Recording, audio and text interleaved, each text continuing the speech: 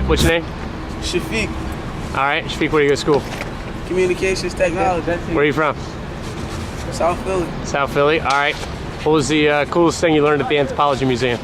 That when they ran track, they was naked. All right. What was the coolest thing you learned at the Anthropology Museum? About King Tut and about how the mummies, about the mummies and how they mummify and the whole process of mummifying somebody. All right. And looking at the body, dead body. All right. And what was the coolest thing you learned at the Anthropology Museum? That they wrap up their cats. They mummify their cats. Why do they do that? Because they worship cats. What was the coolest thing you learned at the Anthropology Museum? I learned that. Interesting question.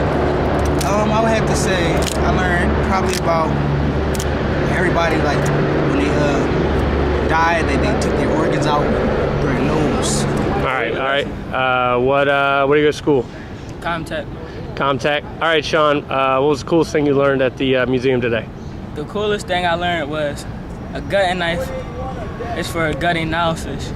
So were you surprised that they were catching fish back then and then cutting them all up? Yeah. Yeah. You like fish? Yes. What's your favorite fish? Salmon. Salmon? Yeah.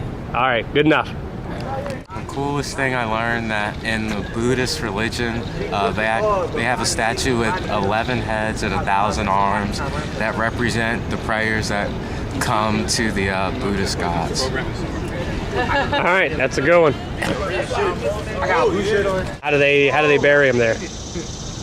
They took all their organs and stuff out, put some little sawdust and stuff inside them, wrapped them up, and just left them there. All right, and then why do you think they were so well preserved 4,000 years later? Because all that sawdust and stuff kept their body, like, they didn't keep them alive, but it kept them in good condition. All right, what was the coolest thing you learned at the Anthropology Museum? I learned that a sieta is a bronze vessel, and it contains liquids.